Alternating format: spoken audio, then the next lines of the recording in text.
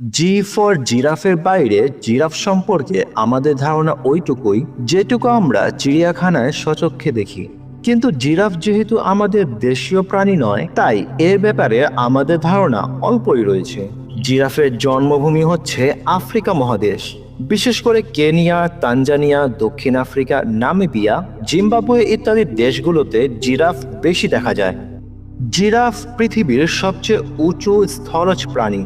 তাদের পায়ের উচ্চতাই কেবল 6 ফুট হয়ে থাকে। মানে উপমহাদেশের বেশিরভাগ মানুষের সম্পূর্ণ উচ্চতার চেয়েও উঁচু হয় জিরাফের শুধু পা গুলো।